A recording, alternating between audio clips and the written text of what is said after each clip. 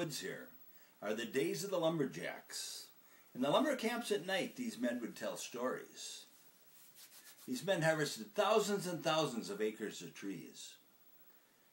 Some of the stories they told became folklore, and one of the most famous stories of them all was about a man named Paul Bunyan. He was the biggest, baddest, meanest tobacco-chewingest woodchopper of them all. Now this is the story of Paul. Well, he rode through the woods on a big blue ox. He had fists as hard as chopping blocks. At 500 pounds and 9 feet tall, that's Paul. Talk about work when that man swung his axe. You could hear that blade ring for a mile and a half. When he'd yell timber, down she'd fall for Paul. And talk about mean, that man would drink nothing but ethanol. 5-gallon can was a bit small for Paul. And talk about tough. He had once had a fight with a thunderstorm on a cold, dark night. Now, I'm not saying who won, but it don't storm around here anymore, thanks to Paul. When he was 90 years old, he said with a sigh, "I think I'm just going to lay right down here and die. You see, this old world, I've about seen it all," said Paul. "Ain't a man alive can kill me.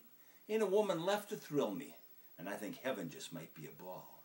So he died, we cried. Took 18 men just to bust the ground, 9 more to lower him down. Figured that was the last we'd ever see of Paul.